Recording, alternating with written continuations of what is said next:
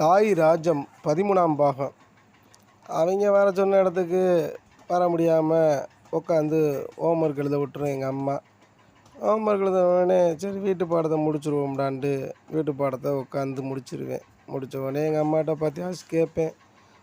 Pass என்ன மரத்துலையா காய்க்குது அப்புடின்னு சொல்லும். இருந்தாலும் மனசு கேட்காது, ஆனால் அதுகிட்ட இருக்காது.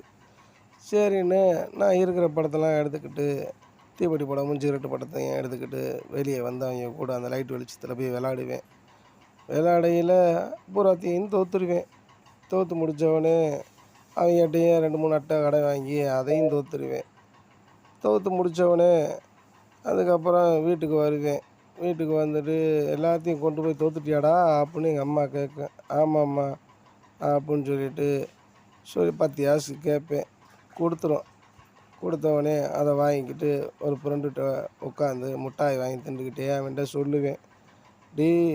எங்கள் அம்மா 10 காசு கொடுத்துச்சு, நம்ம வாங்கி திம்போம்டா, ஆனால் அவன்கிட்ட பூராத்தையும் தோற்றுட்டேன்டா நான் அப்புடின்னு சொன்னோடனே அவன் சொல்லுவான், விட்றா படம் தானே போனால் போயிட்டு போகுது. நாளைக்கு நம்ம ஸ்கூலு விட்டு 4 மணிக்கு நேராக பெரியார் வரையும் நடந்து போனோம்னா ரோடு பூரா தீப்பெட்டி அட்டையும் சிகரெட் அட்டையுமா தான் கிடக்கும். அப்படியே பிறக்கிக்கிட்டே போயிட்டு திரும்பி வந்துடுவோம்டா 8 மணிக்கெலாம் அப்புடின்னு அவன் சொல்லுவான். சரிடா வீட்டில் தெரிஞ்சால் வைவாயிரடான்ட்டு நான் சொல்லுவேன். அதெல்லாம் விட்றா பார்த்துக்குறோம்டா, வெள்ளார மாதிரி கணக்காட்டிடுவோம்டா அப்புடின்னு அவன் சொல்லுவான். சொன்னவுடனே நாங்களும் ஸ்கூலுக்கு போயிடுவோம். காலையில் எப்படா 4 மணி முடியும்னு நினச்சிக்கிட்டே உக்காந்துருப்போம்.